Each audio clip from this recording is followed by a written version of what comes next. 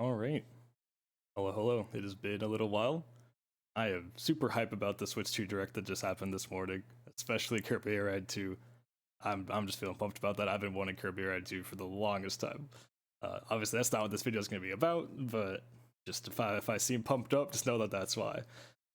What I do want to make this video about, as usual when it comes to these discussions, is when there's some type of discussion going on, something going on within the scene, the competitive Splatoon scene that is, that I want to bring a bit more eyes on, share my perspective on, and just get a bit more discussion in general happening around. Because last night, a pretty interesting discussion came up on Blue Sky. First of all, a thread by Vapor, and then also a follow-up from Hammy. I'm going to both link these threads below, and also just briefly talk about them before I pivot into what I want to be able to say on this stuff. Basically, well, before I get into it, let me also say, as usual with my stuff, especially this one though, this ramble is largely about the Splatoon competitive scene specifically. If you are just into Splatoon in general, just kind of follow me in general. A lot of this might not make sense or be too relevant to you. Obviously, if you care to listen, you can stick around. I'm not going to kick you out. But just know that that's like a lot of what I'm going to talk about is to do with the structure and the behavior of the scene, of the competitive scene that exists as its own ecosystem that, again, might not really make sense to people not within it. All right. With that said, basically where this starts, I'm going to just briefly, quickly go over these. The context originally is actually Vapor got some ideas or some thoughts from a discussion going on within the Valorant scene, basically about how they're struggling with their community structure to develop new players to get them to stages of competition where not only like they can develop to those new levels as new players to try to compete with the existing pro level players and things just below that, but also just getting eyes on those events, getting events in general that curate to those sort of players to make an environment and ecosystem for them to grind, to learn, to get recognized, all that sort of stuff. And now, honestly, obviously, Splatoon is not a tier 1 esport. We don't have direct dev support with our competitive structure and all that. So obviously it's not one-to-one, but there are some interesting things to take from that in the context of Splatoon and the way our community operates. The main thing, I have a bit less to say about what Vapor says, just because it's very TO oriented. Vapor, by the way, is an organizer within the community, so it's more knowledgeable in this kind of stuff than I am. But talks a bit about how the structure of events could be changed within our own scene to help sort of address a similar issue. Because currently, within the competitive scene, as Vapor says, to get recognized, you need to be a quote unquote top player or have a very outspoken presence. And a lot about how the scene is structured to sort of, you're either seen again as that top level within the plus server, you're a big creator or something like that, you have a big following, or you're kind of just non-existent. It's very hard to find you, for you to have big things to compete for, something like that. It's like this big void of not only getting people up to, again, like people who are currently in top level to get recognized and get better practice and get just put on a stage in general. Oftentimes, people have also talked about this historically within the scene as sort of the mid-level hell or mid-level void, where Splatoon's low-level seed has a lot of infrastructure to help people get integrated and get experience, to find people to play in events, all this sort of stuff. There's a lot of low-level, like, centric things, like things built entirely for them. And then at top level, they obviously have their own spheres. You have the plus server, you have major events that they compete in, but everything between that is sort of non-existent. And you get interesting things like this where, I mean, not only is it hard for other people to get up there, but also once you get into the top, you kind of just stay there. It's hard to get people down. Like, you know, anyone who's in +1, if they're playing well within there, they're just going to stay. They don't need to play in other events to keep putting themselves out there to take risks. Or just, again, actively participate in anything that's not really a top level exclusive event. And we're gonna get a bit more into that. Basically, there's an idea of stuff like recurring leagues where you can be placed into different skill levels and keep like regularly competing to show where you're at, stuff like that. Again, I don't have too much to say on that because I am not an organizer. I don't know how good or bad these things would be. I like the idea, but what I really want to talk about today, off of all of that, and it relates to some of the stuff I was saying before, is how Vapor identifies the result culture, quote unquote, within the scene. And this is also something that Hammy goes on to as well, which is the second thread. Again, I'll link both of these down below. Hammy talks quite similar about this stuff, goes a little bit more into the detail of what it's like as a player or interacting with players. Basically, to give some context into what like results culture sort of is and just a general vibe around it, is that like our competitive scene has developed a huge like obsession with perceived skill. Is again what Hammy really goes into, is like we look for like each player tries to prove themselves. They try to find any way to get respected and often given some kind of status, whether it be being banned from a low level event, to, prove I have graduated from low level, I've been banned because of this thing, or I've achieved a certain division assignment within Ludi, or I've achieved a plus server level. Whatever it is, these things are very intertwined. First of all, a certain div can ban you from low wink, or like all this sort of stuff as well. It plays around with itself. Like different systems rely on different rankings, so and get one ranking and you get other ones, it's a cascade, so just all the more reason to really go for them. And to get those rankings, to get identified as, get into plus server, for example, or whatever it might be, you need to be recognized. To be recognized, you need results. So what the result culture sort of means is that anytime someone gets anything that they think proves that they are better than how people think they are, it becomes a very focal point to them. Like, I took a certain set off players perceived higher level than me, they're higher div than me. Like this, you literally take the result of that set, that individual set that you played in a tournament or whatever, and you put it in your bio, you post about it on Twitter, whatever. It's like, this is a big thing for me. I got this result, and it's all because you're really trying to drive home the point that, hey, look at me, I did a cool thing. Respect me more. Give me better status. Again, like results of certain matches, certain sets, just become so valued, which in itself, like, is not a bad thing. Obviously, we're playing competitive. Also, real quick, I'm going to, just for the sake of making things slightly more interesting, again, I'll link these down below. Just wanted to credit where I'm getting a lot of this conversation point from. We're just gonna go through some random replays for fun, have as background footage. I was just saying, right? So yeah, like, thinking about results is not necessarily bad. Again, we're playing a competitive game in a competitive environment. The point is to try to be better than other people, to try to win. So you should be happy about your wins. You should care about getting better, and they're a nice way to, if you beat a team that you don't think you could have a while back, it's a nice sign of improvement. It feels good. There's nothing inherently wrong with these things. Again, like, results are kind of what we strive for. For someone like myself, like, the reason I want to keep playing and trying to get better is that I have yet to win a very big event or even come like all that close to winning something like a major. One day I dream to do so. So it's something that I compete for, I grind for. It's something that I want to achieve. That being said, the way to get better is to, well, get better. It is to practice effectively, just to develop a healthy, productive mindset around the game and all these sort of things. And what sort of happens within the scene when everyone's constantly crazy about results is that it's very hard to actually find good practice. You'll get basically all sorts of situations where you enter any event and it's like you feel like you have to sweat because either there's a chance you get a good result for yourself, or if you don't sweat, then you might end up losing to someone else that results you, especially if you're a higher level player.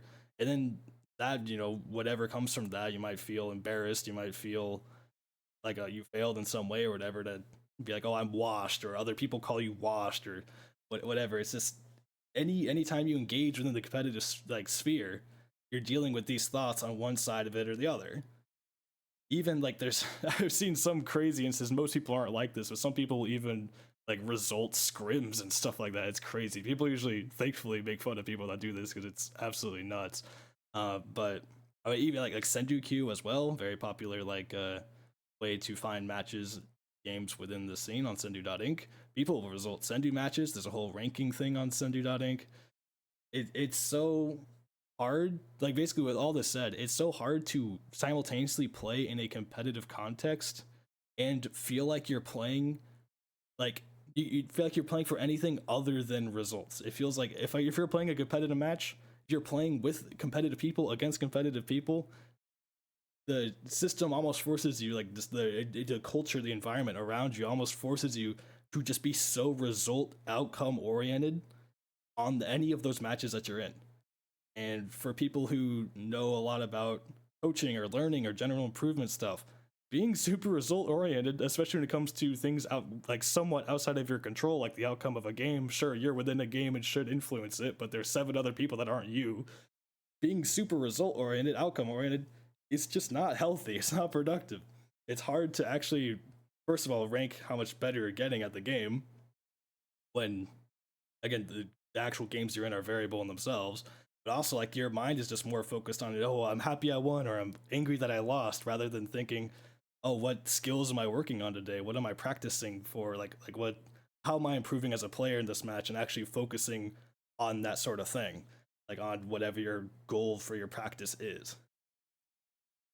And like the reason, like Hammy sort of like calls that out a bit directly as well, as like literally that this the way that result culture has happened is literally makes it to where people care more about being perceived almost better than they are. Like, you want to be respected for your max performance rather than actually making yourself the best player you can be that consistently performs well.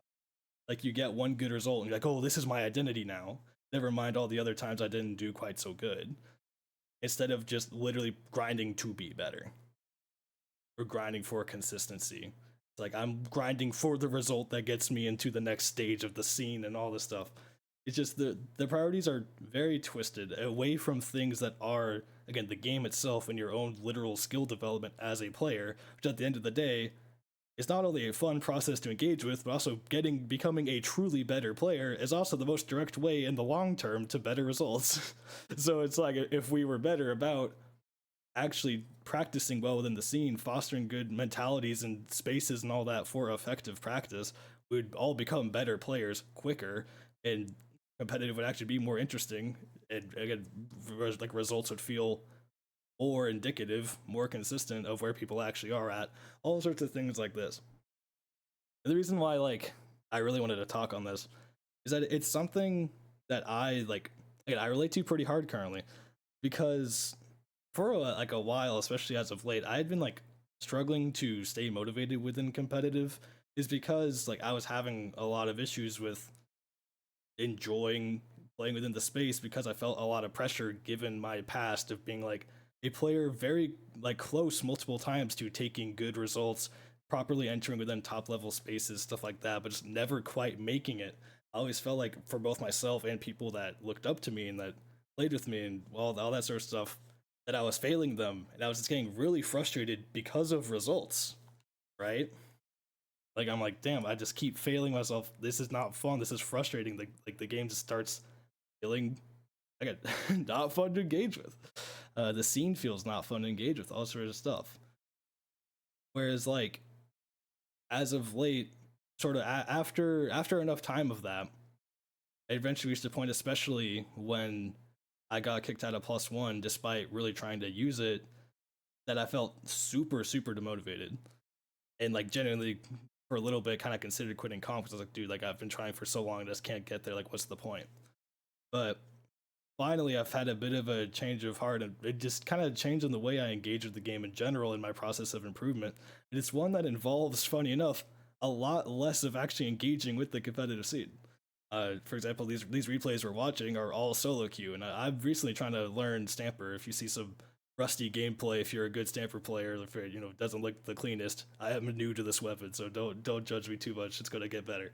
But like, for as much as the competitive scene flames solo queue as a, like, you say, oh, it's so unfun, it's a terrible environment, it's so unfair, wherever you place with your X power is it's completely meaningless. We try to like actively dismiss the existence of solo queue, like we trash talk it and we devalue it and all this constantly. For all that we do it for that within the seed, it's funny how as soon as I like feel really motivated to practice myself, solo queue is kind of my favorite part of the game now. It feels like a space where I just go in game after game, just get to focus on myself, not feel too much pressure from the people around me. They can't talk to me. I don't really know who they are. I just get to, and I'm not making callouts or anything. This is not a tournament, anything like that. I just feel like I can play the game, focus on myself, and just genuinely get better. And it feels like again, the sample you're watching is not all that great, but if you saw it a few weeks prior, before I've done a lot of solo queue grinding, man, it would have been so much worse.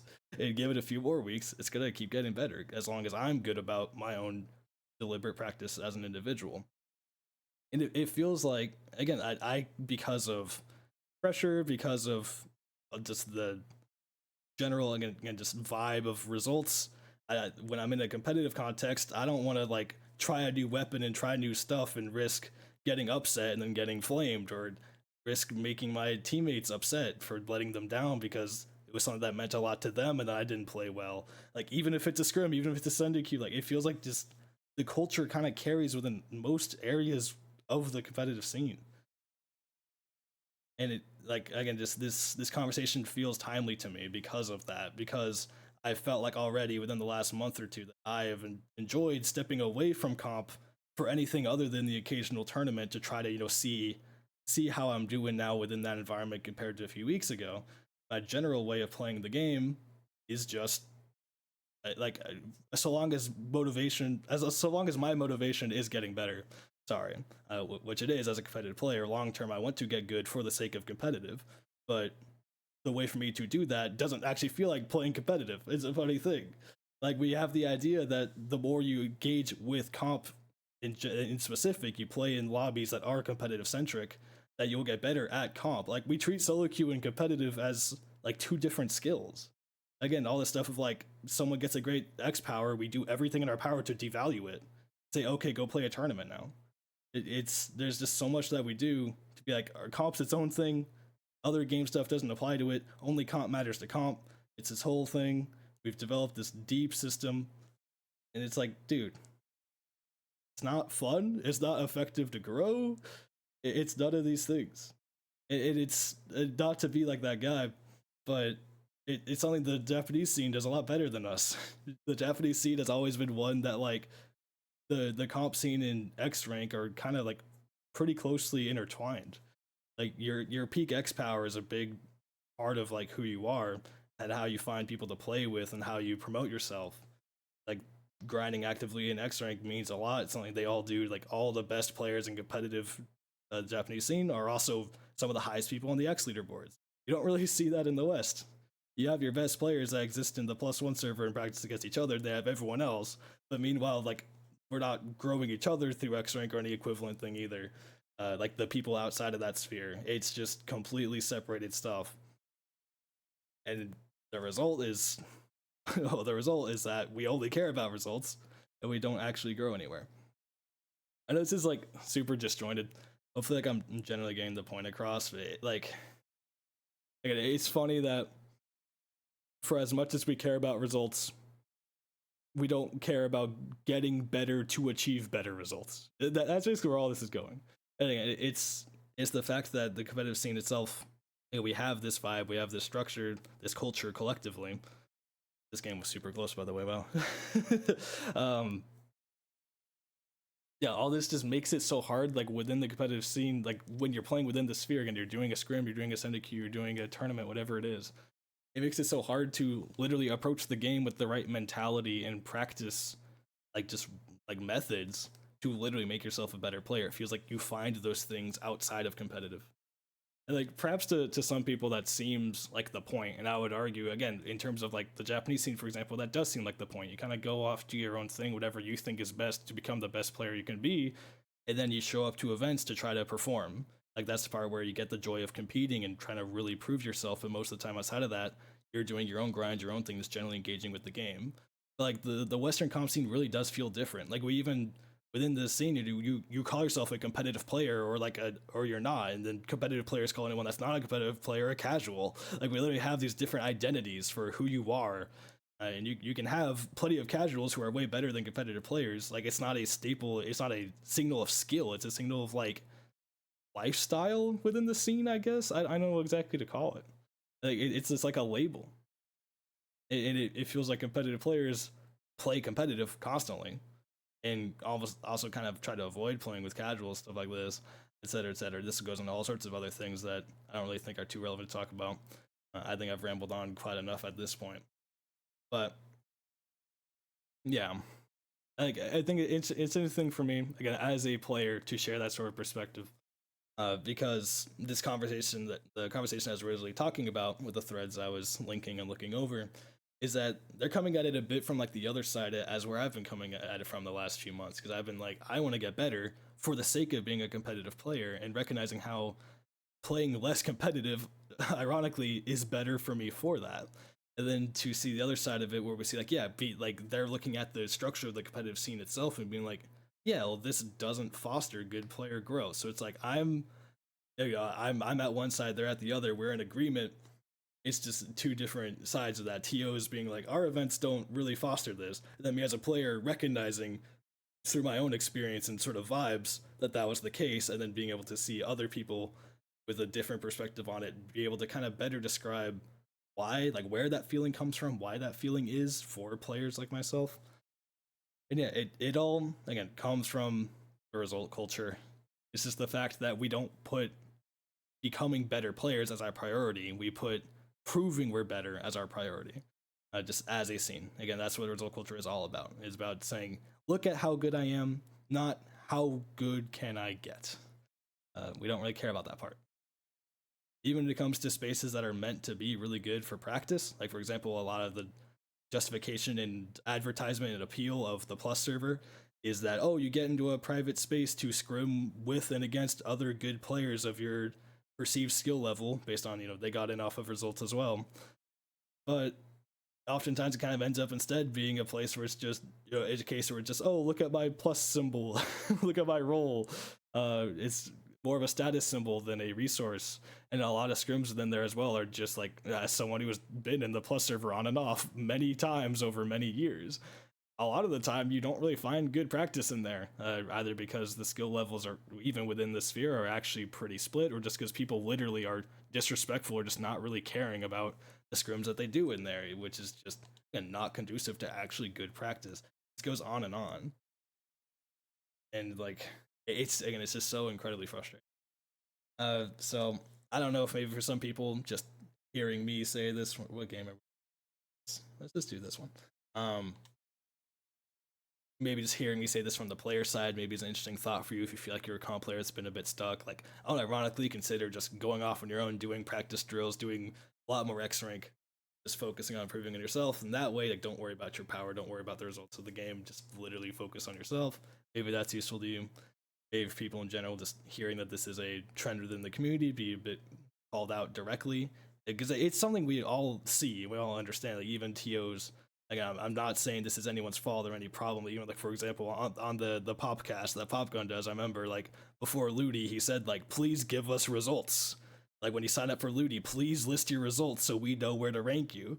Like, that's not any fault of Popgun. That's just him, needing to work within the larger scale, again, culture and community that we have made, the system that we have made. And what all this is about is recognizing that, hey, we made this system for ourselves and it's not serving ourselves well at all. Again, for the sake of what being competitive, at least in my opinion, is truly all about, trying to get better, trying to be better as a player and as a person than you were the day before. It's this growth journey. And it feels like the competitive scene we have made is, again, not one that's actually about that. And you could argue some things or bring up questions, why should we actually care about getting better? There's no money in this game. Like, let's just, maybe most people are just here for fun and all that. And that's fair. I can't really say much to change your mind on that. That's how you feel about it. I just care because I feel motivated to. I can't really give you a logical reason as to. So maybe a lot of people don't relate to me in that way. Yeah, I don't know. I don't want to ramble too much about this. It's been kind of scattered, been kind of repetitive. That's like my general thoughts on this stuff. Yeah, I think I just want to bring attention to it. I don't have the best solutions. I don't really have any solutions for myself. Especially like people who are more in positions of power within the scene, who make events, who make these systems and try to direct them. I hope just me talking about it get some of their eyes on it, so that people like me agree with what Hammy and Vapor are saying and bring it to light and agree that it matters. Or if you're a player, maybe you can try to also echo some of that, support some of these ideas, or even just for nothing, like if nothing else, maybe if you're just also on your own competitive journey trying to get better, again, maybe just hearing some of this helps give you some direction and some validation. But yeah, again, I'm getting very repetitive, so I'm gonna cut it there. Don't want to go super long. Yep. Thank y'all for listening. In that case, let me know what you think. If you agree with me, disagree with me, give you some different thoughts. If I need to clarify something that's kind of garbled up in there, there it is. Feel free to let me know. Thank you for listening. I'll see you on the next one.